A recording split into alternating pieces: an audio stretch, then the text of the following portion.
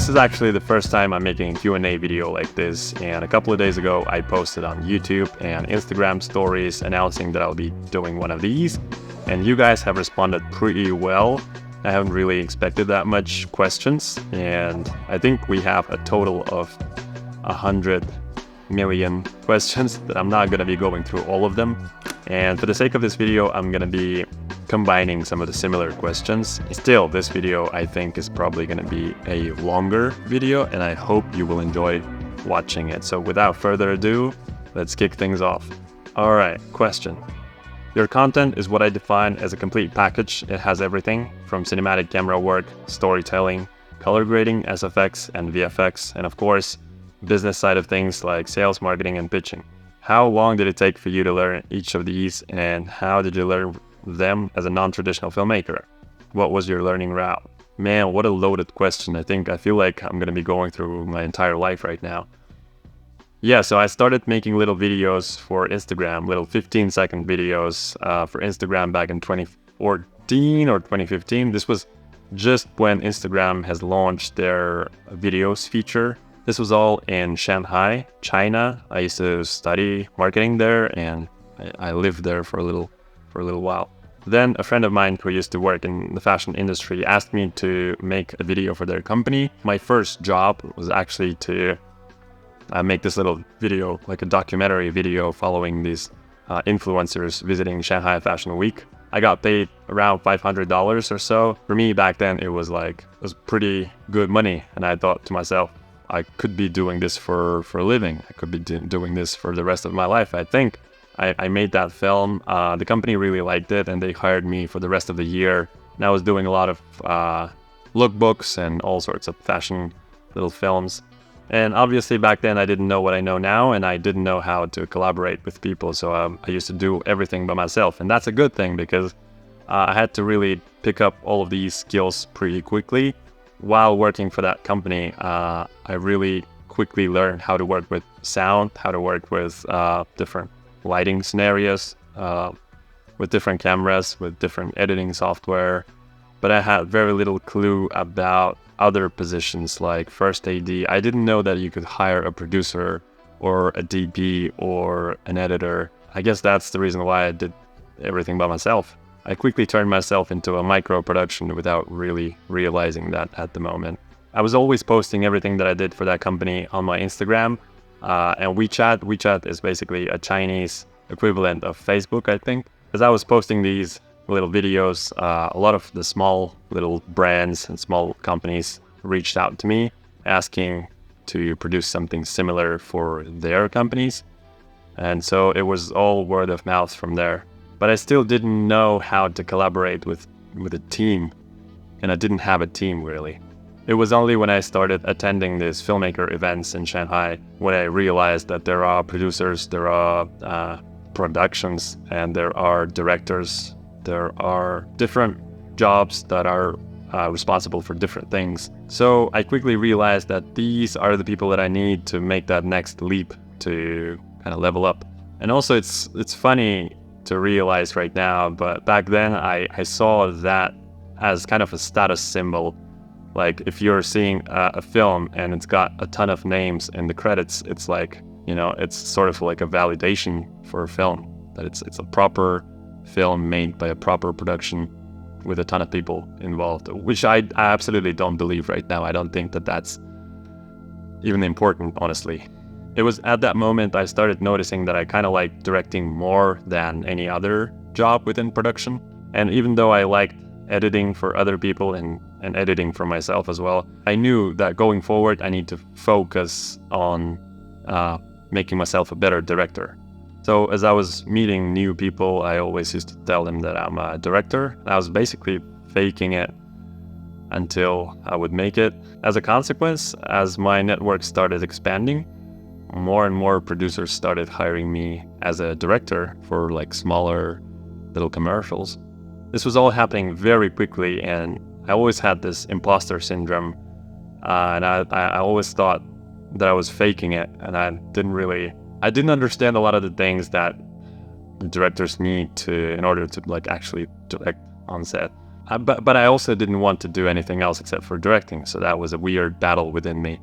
Then I had a few really bad experiences when people hired me to direct some bigger projects, and I failed. Basically, to be honest, right now I realized that I did fail. It was my fault. I didn't really know what I was doing. Maybe I was actually asking the production to do more than the budget was allowing us to do. So that, in combination with my imposter syndrome, was making me pretty depressed, making me feel depressed, not a clinical depression for sure. And at that moment, I really wanted some kind of a change in my life, so I decided to move back to my hometown. This was back in 2018. I had my wedding. Me and my wife, we had a beautiful wedding that summer. So that was kind of a fresh start for me, and I noticed how vacant the market was, and there wasn't as much competition as in Shanghai, obviously, because it's a smaller market. I started acquiring more gear and was taking more videographer jobs. Then I kind of repeated my whole networking strategy again, but in this new market, and it worked.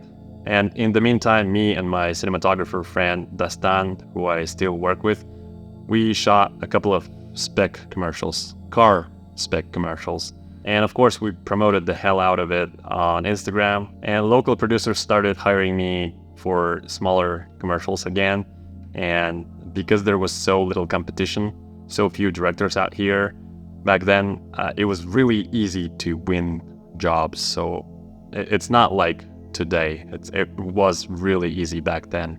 Finally, when COVID hit and everybody was kind of panicked and didn't really want to leave their homes, this big ad agency reached out to me saying, "Hey, we know it's quite tough times and we love your work.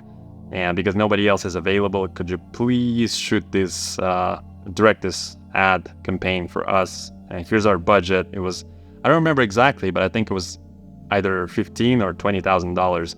And for me back then, $20,000, it was the kind of scale that I've never directed at.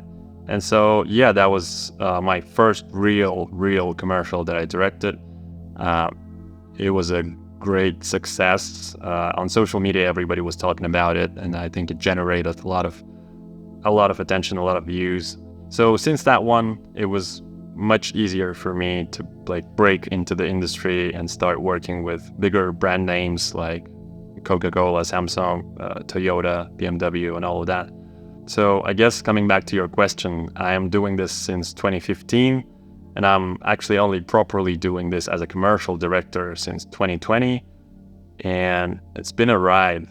And I still think there's a ton of things that I have to learn, I want to learn. Well, now you know my whole career story. I'm glad I shared it. Next question. What are your top 3 principles, staples, or rules in your work? Let me think about it. Well, I'd say first is that my work has to be interesting to me on a personal level. If there's no incentive in a project, like I can't test out my new ideas or I can't really experiment a lot, then I'd probably skip it nowadays. Before it was different, but right now I can't afford to do that, so I do that. The next one would be, I've heard this on the Music Bed podcast, and I think it makes sense, is the idea of surrounding yourself with people that are better than you at what you're trying to accomplish. Meaning that people that are each experts in their own area of expertise is going to make your project ultimately that much better. And I think I agree with that. The third one would be, I require a certain amount of headspace to perform well. Like if the set is all messy and people are shouting at each other and everybody wants to be micromanaged and ask me some dumb shit, I can't work like that. Like, I prefer being in my director's tent in front of the monitor with a few people around me, and that way I can hear myself, I can hear my own thoughts. Next question is, reflecting upon your career, what would you change about your way? Nothing.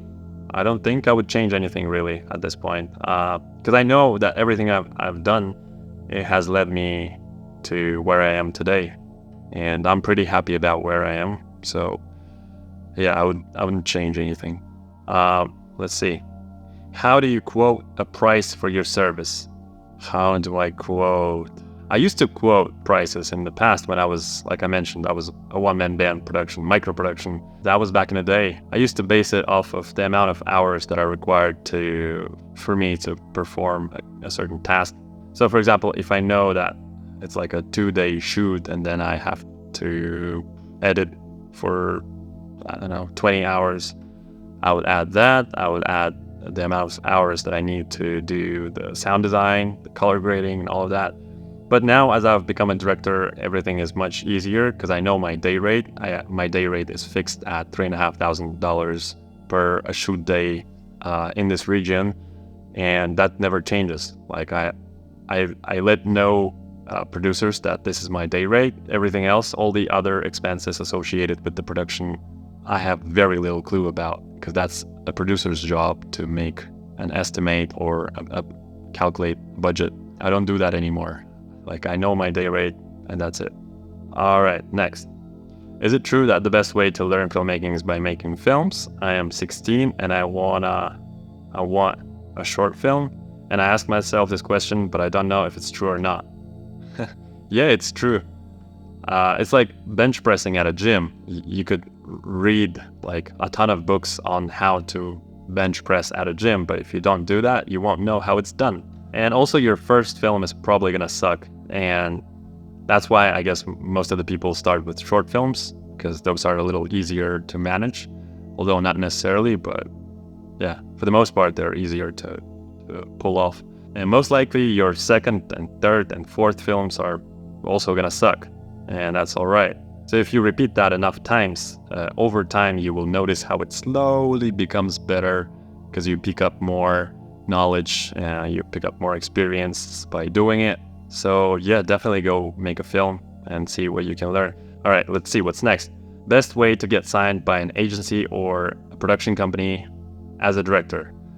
This question is related to not creative agencies. This is a rep agency question. So right now I'm working on my next book with my own representative agent to give you more perspectives on how it's properly done. But in a nutshell, I would say the best way is to build a portfolio of branded work that looks as good as the portfolio of somebody who's already signed with a production company or rep agency that you want to get signed with. Then you make a list of 10 or 15 different rep agencies or production companies that you want to get signed with, and you reach out saying, "Hi, my name is such and such, and here's my portfolio, and I'm looking to get signed. Let's discuss." And then you wait and see who replies, which one you like better out of the bunch. Not everyone is going to reply, that's for sure.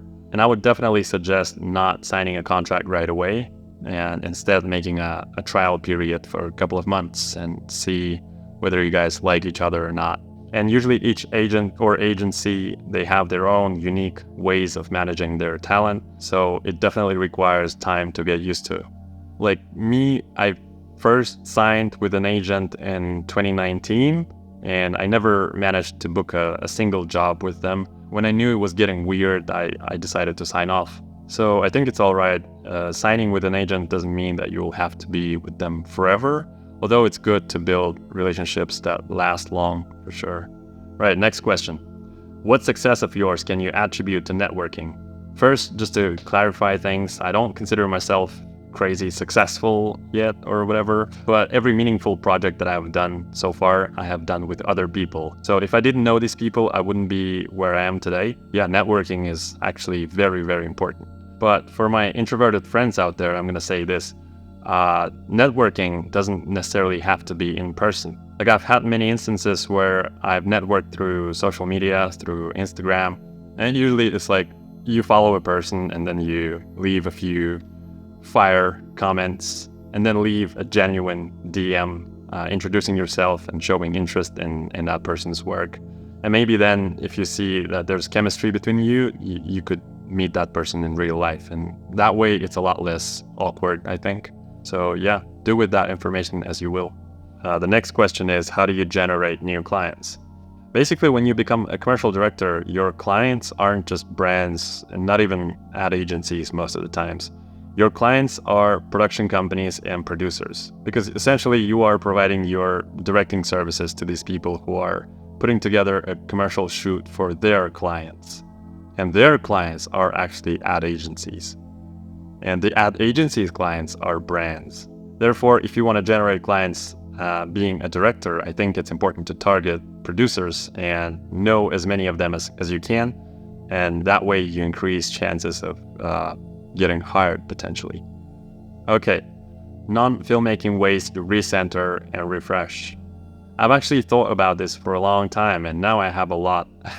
Like, let's see, I do photography quite often. Photography is sort of my way to keep my eyes sharp and still be creating images. And although it's not quite filmmaking, it still kind of helps me out with understanding composition and stuff like that. Other than that, I also do a lot of like hiking with my family, with my wife and my daughter.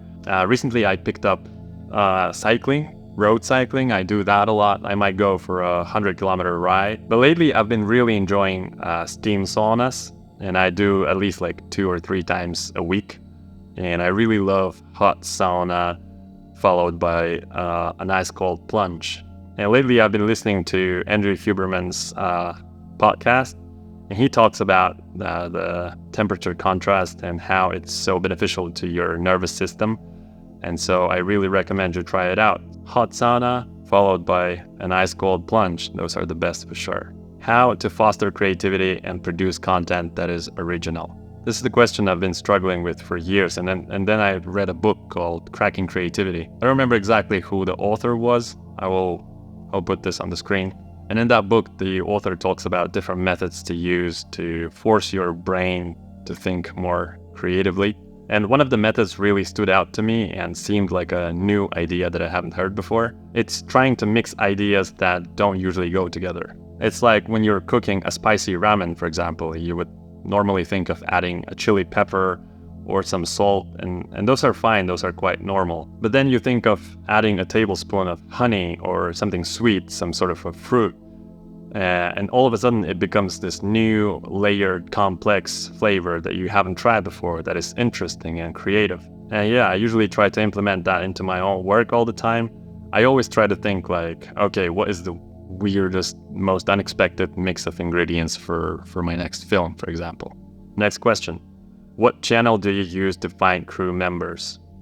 I only use Instagram really. I don't use anything else. I think if I'm looking for a crew member, like say for example I'm looking for a casting director, I would probably just put an Instagram story saying, hey, I'm such and such and I'm looking for this kind of person, and these are the dates I will need you for, and if you're available, just DM me. That's it. For me, that's usually the easiest way to find a crew member.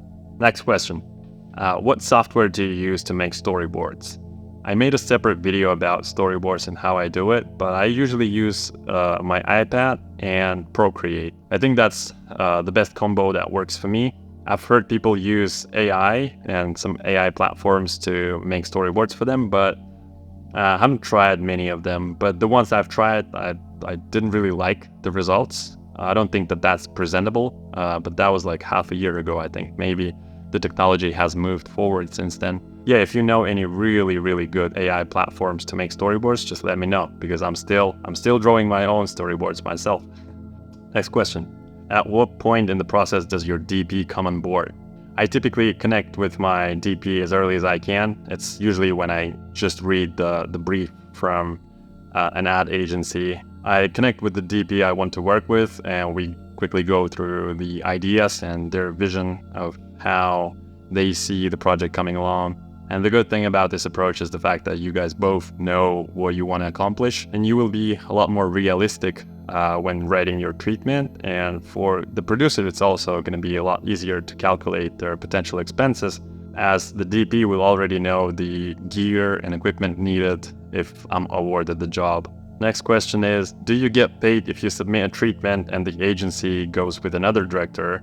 And what if they steal your ideas? That right there is a brilliant question. Yeah, if you lose, you lose. You almost never get paid.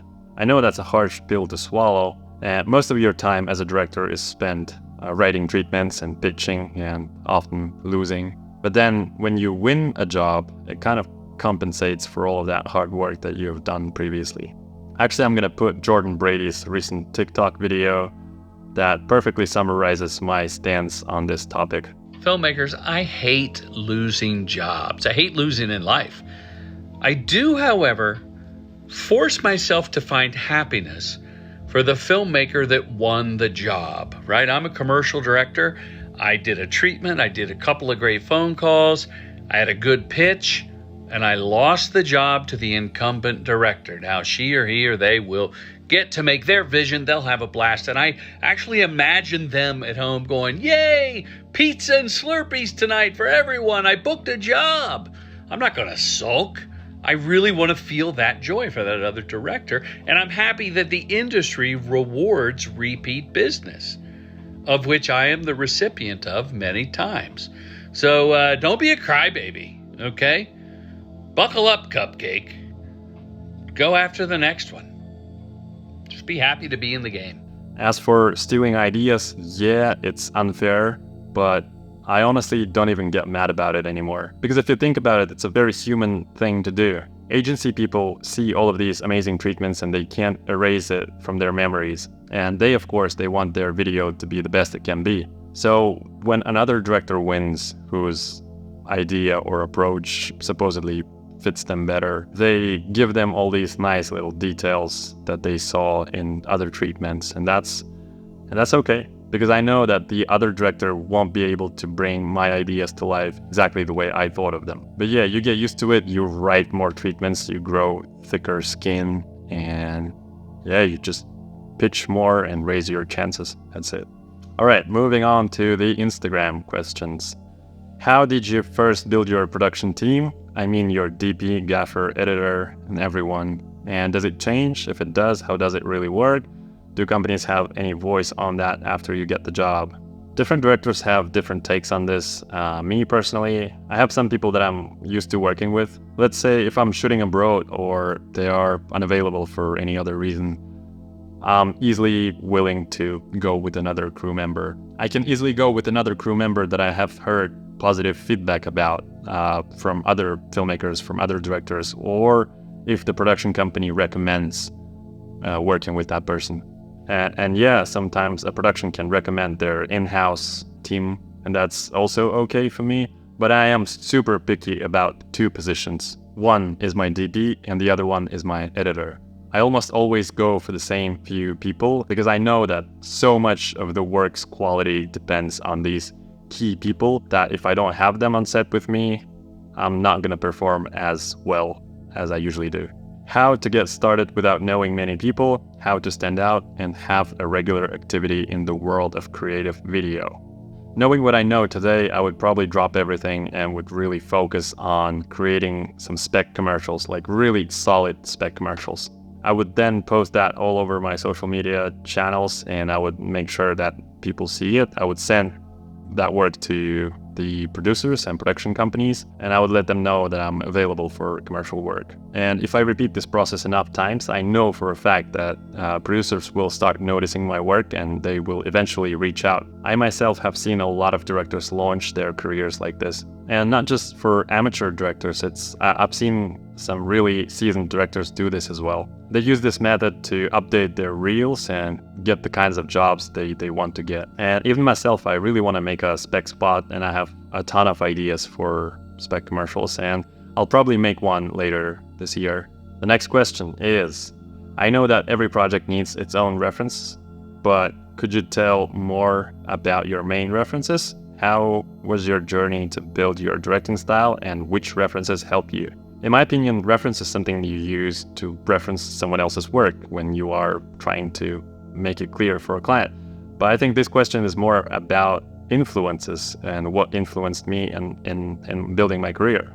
I would say definitely my early influences were Ryan Booth and his work for Film Riot, Music Bed, and his proof of concept short film called The Heights. I recommend you watch him on Vimeo.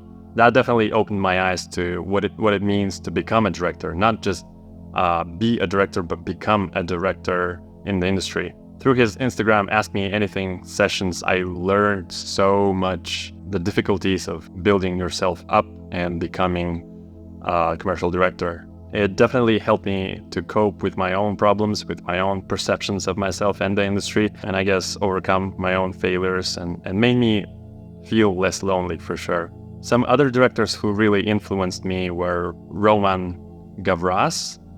I'm pretty sure I'm butchering his name. He's a French director, Roman Gavras, I think his name is. He shot a ton of music videos for Justice, for Jamie XX, MIA, and a lot of really influential work that has not only influenced me, but also I think a huge generation of modern filmmakers. He recently made his own debut feature film called Athena, and I recommend you watch that. It's all in one take. Next, I would say Salomon Lichtel, and I know a lot of people call him Lytle, but I've heard him pronouncing his name as Lichtel, so I'm gonna stick to that. He was and still is probably one of the most influential directors when it comes to my own career, and I still watch every single thing that he directs, and yeah, I recommend you check him out too. And he's very young and still making a lot of relevant work. Okay, next question. I am a director and I'm looking for another source of income. How is YouTube treating you? Does it take away from other projects? YouTube has been absolutely mind-blowing, honestly. Let's see, I've been doing this channel for only 3 or 4 months now, and it's already grown so much. And the most interesting thing is that the revenue it's generating is almost on par with what I would generate if I was working as a commercial director full-time. But see, being a commercial director, I can definitely see a market cap, and it's tied to my own time. I mean, yeah, it's a high-paying job, especially if you're living in LA or London, but it only generates income when you're actually on set. And what about all the days when you are pitching and making treatments and losing, and those are not covered? Whereas on YouTube, it's all automated, and you make a video once and it will keep living its own life and generating you some money. And the YouTube growth is pretty much unlimited. Like if I would choose a wider niche and I would really want to focus on growing this channel, I would probably be able to grow it a lot more, and the revenue would be way higher than what any director can make. But I'm not sure if I want to do that, because I really want to keep this focused on filmmaking and my own life, my own experience of directing. So I don't know, right? At the moment, I'm definitely thinking about focusing more on YouTube because it makes sense. But I'm definitely not saying that I'm giving up on commercials, because I really love doing commercials, and I really want to stay sharp and want to know what's up in the industry. But going forward, I think I'm most probably going to be a lot more picky about the jobs I do and about the brands I shoot for. So yeah, I'm going to be more selective. All right, the next question is, should I invest in cinema primes like 35, 50, 75, or should I just get 2 AF lenses 18 to 55 and 70 to 200, both at 2.8? Okay, gear question. I would almost always go for manual primes like these. These aren't all the lenses that I've got, but all of the lenses that I've got are manual prime lenses. And I don't really mind the hassle of prime lenses, even when I'm shooting solo. I think they almost always give you a better look. And if the result is important to you, I think for sure getting primes is a better choice. I mean, even for this YouTube channel, I shoot everything myself. I set up all the lights, all the audio, all by myself. And I always use these. Let me show you. So the camera that's shooting me right now is a Z-Cam, and I only use these manual prime lenses from SLR Magic, and I've got a set of them. Right now, this is 12mm 2.8, and the rest of them are 21, 35, 17, and what's this one? It's 50, and all of them are T1.5, and so it's all consistent. The colors are consistent. They just give you a better image quality, I think, in my opinion. So yeah, go for the primes for sure. Next question. Have you used any online platforms to meet people that you can collaborate with? If so, what are the platforms? Thanks. I really haven't used anything specific. I don't even think that there's anything out there that exists made specifically for filmmakers. Like I said in some of my previous answers, I use Instagram. I think that's the best way to network and collaborate with people. Okay, so are you considering moving abroad? This is coming from Yuval Aloni, which is a fellow filmmaker and another YouTuber. And yes, I am considering moving abroad.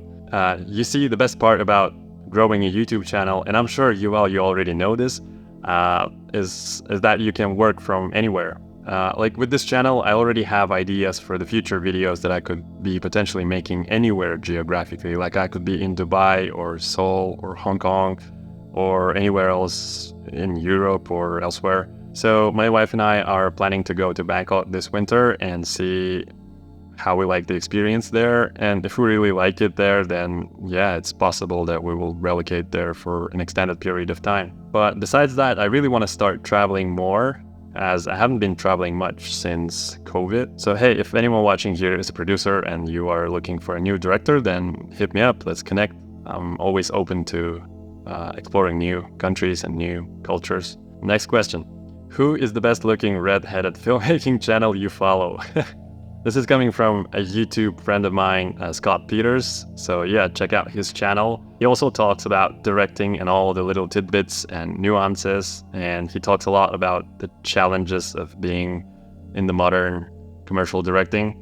And also he's based in the UK, so it's always interesting to see how things work in different parts of the world.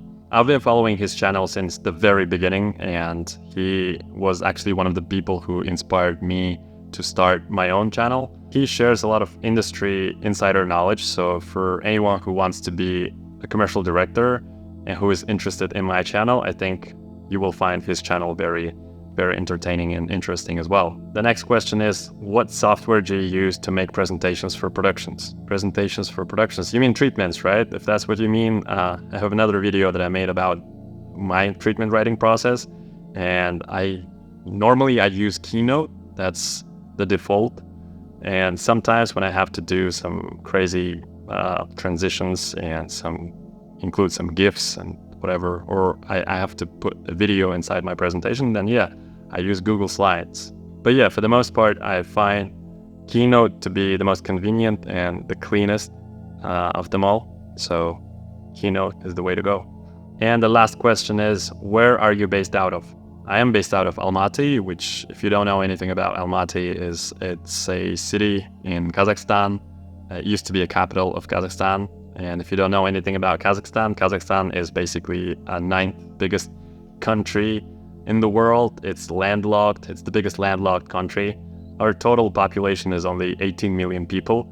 So it's a lot of vast lands. So yeah, there's a lot of production companies here, and there's a lot of production service companies as well. So it's like a lot of foreign productions come here to shoot their commercials and music videos and stuff like that, because there's so many different locations, and the location variety is absolutely insane. Like one day you could be shooting in a huge canyon, and then the same day you could be probably out in the mountains near some mountainous lakes, walking through lush forests, and then end up in a European-like city center. And it's all in the same day, which is amazing. So yeah, the city is pretty amazing. I love it, but honestly at this point I'm a little tired of it. I've seen it all. At least I've seen most of the locations, and I guess I want to explore some new territories, new countries and cultures. So yeah guys, this is it with the questions for today, and I don't know, I hope this will be helpful to gain some fresh perspective on some random things. And if you want to support the channel or are interested in what I offer, check out the links in the description, and thanks for watching.